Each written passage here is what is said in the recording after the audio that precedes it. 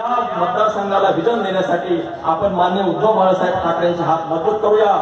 तसंच पुन्हा एक गोष्ट मला जाता जाता आठवली साहेब, या ठिकाणी जे पेनगंगा आपलं जे घाट आहे तिथून या ठिकाणी जो रस्ता आहे 15 वर्षात याच्यावर त्यांनी डिव्हायडर तिथं टाकलं नाही, साधं डिव्हायडर।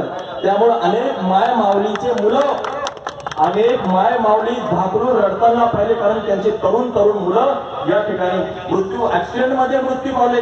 यांनी डिव्हायडर टाकलेलं नाही। तुम्ही इथं बस स्टँड पाहिले, इथलं बस स्टँड, मी लहान होतो तेव्हा ते बस स्टँड चांगलं होतं। त्या दिवशी मी असे चक्कर मारले, अहो तिथं रात्रीच्या वेळी कोणती माय माऊली, रात्रीच्या वेळी एखादी मुलगी माय माऊली रात्रीच्या वेळी ना बसमधून उतरू शकते ना जाऊ शकते। इतकं घाणीचं साम्राज्य या ठिकाणी उभं केलेलं आहे, यांचं लक्ष आहे कुणाकडे? आणखी सांगतो, छत्रपती शिवाजी महाराजांचं नाव तुम्ही घेता ना, घेता की नाही? मग छत्रपती शिवाजी महाराजांच्या पुतळ्याचं काय झालं हो? इथल्या गेली 5 ते 6 वर्ष झाली छत्रपती शिवाजी महाराजांचा पुतळा देखील या ठिकाणी निर्माण करू शकले नाही।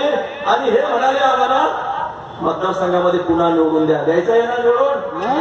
या सरकारचं करायचं काय? या निष्ठुर आणि निष्क्रिय लोकप्रतिनिधीचं करायचं काय?